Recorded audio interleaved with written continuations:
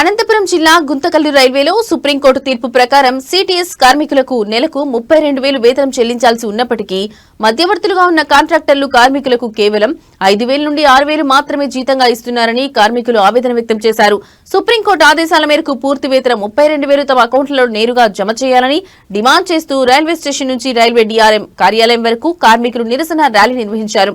ఈ సందర్భంగా సిఐటియు నాయకులు నాగరాజు మాట్లాడుతూ సిటీఎస్ కార్మికులు రైళ్లలో సంపూర్ణంగా క్లీనింగ్ పనులు చేస్తూ తమ జీవనం సాగిస్తున్నారని తెలిపారు. అటువంటి కార్మికులకు ఇవ్వాల్సిన వేతనాలను కాంట్రాక్టర్లు కోతలు విధించి చెల్లించడం అన్యాయమని విమర్శించారు.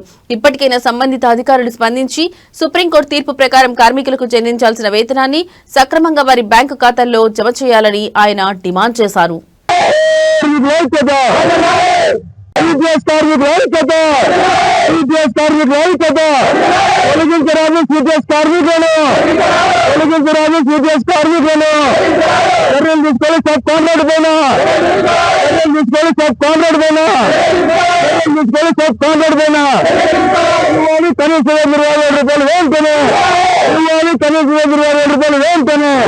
కల్పించాలి పిఎఫ్ఎస్ఐ వెంటనే, కల్పించాలి పిఎఫ్ఎస్ఐ వెంటనే.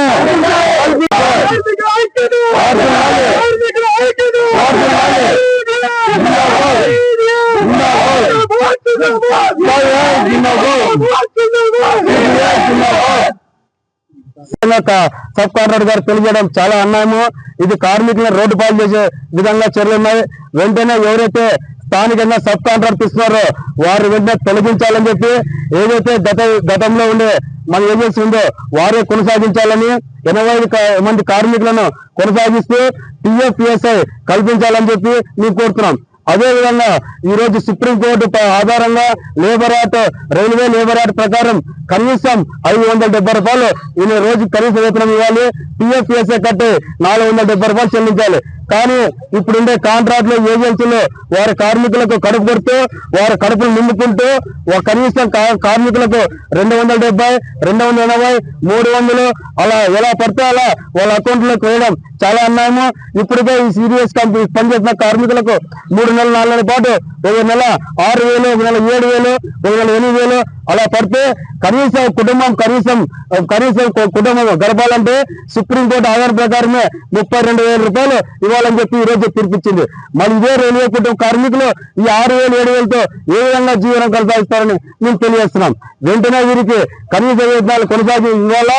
అదే విధంగా వీరు పనిచేసారు. సిపిఎస్ అంటే మన రైల్వేలో క్లినిక్ పనిచేస్తారు, ట్రైన్లో క్లినిక్ పనిచేస్తారు. వీరికి ఆరోగ్యాలు కానీ అనారోగ్యాలకు ఎదురయ్యే అవకాశం ఉంది. వీళ్ళకి హెల్త్ అలవెన్స్ కానీ ఏదైతే మున్సిపాలిటీ కార్మికులకు ఇస్తారో అదే విధంగా ఈ సిపిఎస్ కార్మికులు కానీ నెలకు 6,000 రూపాయలు హెల్త్ అలవెన్స్ రైల్వే వెంటనే చెల్లించాలని డిమాండ్ చేస్తూ ఇవన్నీ డిమాండ్ల పైన ఇప్పుడు మన డిఎంహెచ్ఓ గారిని కలుస్తున్నాం. ఈ డిమాండ్ పరిష్కరించడం వేళ రాబోయే రోజుల్లో పెద్ద ఎత్తున ఆందోళన ఉద్యమాలు చేస్తామని హెచ్చరిస్తూ సిఐటి గుంటకల్ సాకే నాగరాజ్.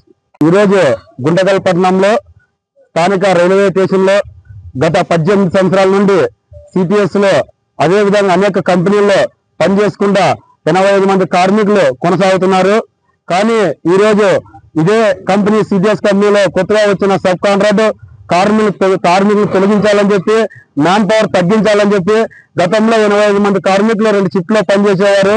కానీ ఇప్పుడు మీరు కేవలం 50 మందే కార్మికులు పనిచేయాలా లేకపోతే ఇంటికి పోవాలని చెప్పి కార్మికులను భయభ్రాంతులకు గురి చేస్తున్నాడు. ఎందుకంటే